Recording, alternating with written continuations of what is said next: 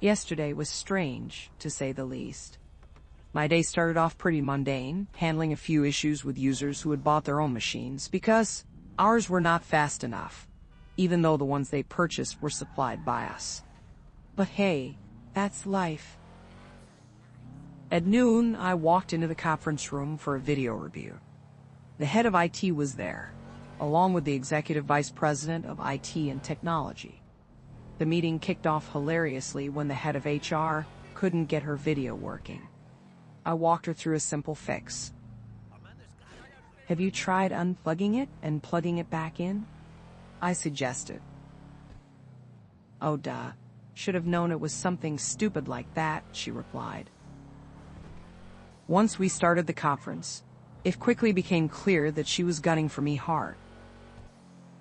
"I have in front of me 19 complaints against you this year. Can you explain these?" she asked.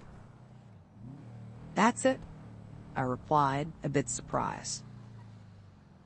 "Oh, yes, how do you explain it?" she stammered. "Well, as you know, each complaint is different, and most don't have merit," I said. "So you're saying these complaints were made incorrectly?" she probed. "Yes, that is exactly what I'm saying," I confirmed, pulling out the same folder she probably had. "On February 12th, a user complained that I refused his request," I began. "Good one to start with. Explain it," she challenged. "The user wanted me to put a folder on his desktop that would allow him to transfer items between his local desktop and Citrix. I explained that this wasn't possible unless he worked on the domain, which he didn't. I had offered several alternative options, but he refused each one, insisting on the original request. "So this was impossible?" she asked. "Technically, yes, it is possible. We could have set him up with an FTP option to direct into his session, but that would never get approval," I clarified. "Let's move on to the next one. A different user claimed that you were rude to her on the phone and hung up on her," she continued. "Let's play the call log," I said.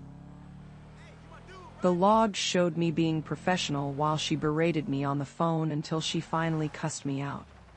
I terminated the call and sent it to HR. "That call is the reason why she's fired. Your predecessor said I handled it well," I stated confidently. "Okay, let's move on to the lady who had to wait 4 extra days to get her laptop back from you," she said. "Name?" I asked. The head of HR mentioned the name of the woman who had yelled in my face. She said you helped her 3 days in a row, and finally took an extra 4 days to get her laptop back. "You mean the lady who yelled in my face and got fired because of it?" "Yeah, I remember her. I had to go to the hospital that Friday, so none of my work got done," I explained. "I see the note here. You thought you had a hernia, but it turned out to be a UTI," she said, reading from her notes. "Thanks for repeating the here yes anyway. Her laptop was finished within 2 hours of me returning to work. The 4 days she's talking about is because we had a 3-day weekend." The meeting dragged on for over 30 minutes as we went through each complaint, with only one being legitimate. I had misread a technical error and had to fix it 30 minutes later. Oh well. Then came the real kicker. "Let's talk about the fire you started," she said. I exclaimed. "He started," the head of IT shouted at the same time. "Wait, what?"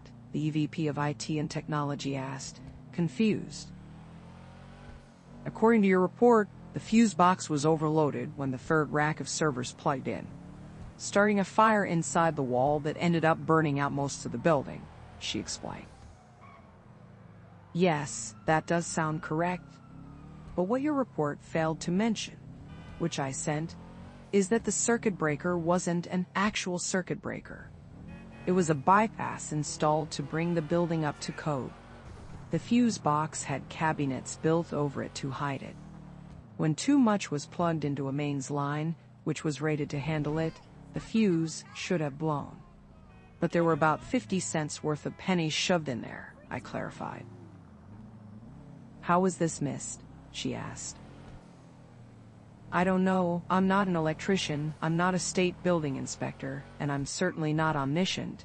I went in to set up an office, I replied. You appear to have an excuse for everything, she said, clearly frustrated. Yes, it's called CYA. You literally have that on a poster in your office, I shot back.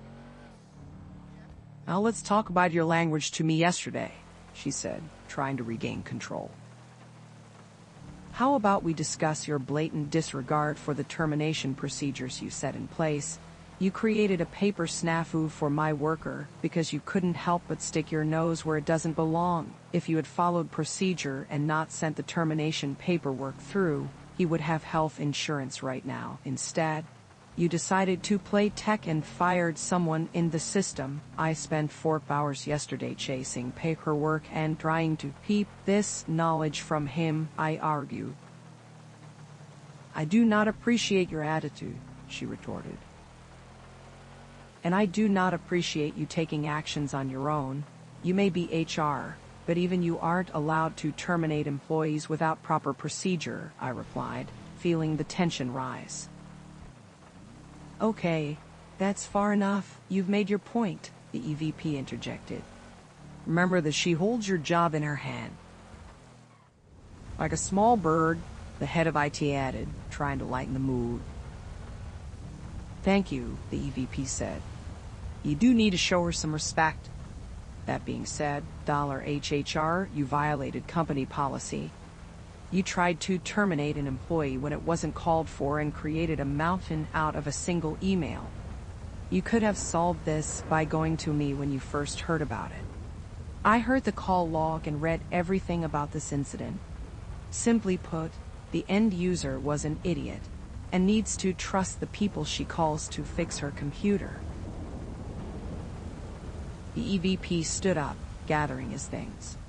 Hopefully this is the last I hear of any animosity towards upper management, or animosity coming from upper management. Good day, everyone. As he left, I went back to my desk, feeling a mix of relief and regret for the attitude I had taken with the head of HR. At 4:55 p.m., I received an email from her apologizing for her role in the situation. I had just 5 minutes to explain to the tech what happened, and he decided he owed me lunch. I miss the Wahoo lady,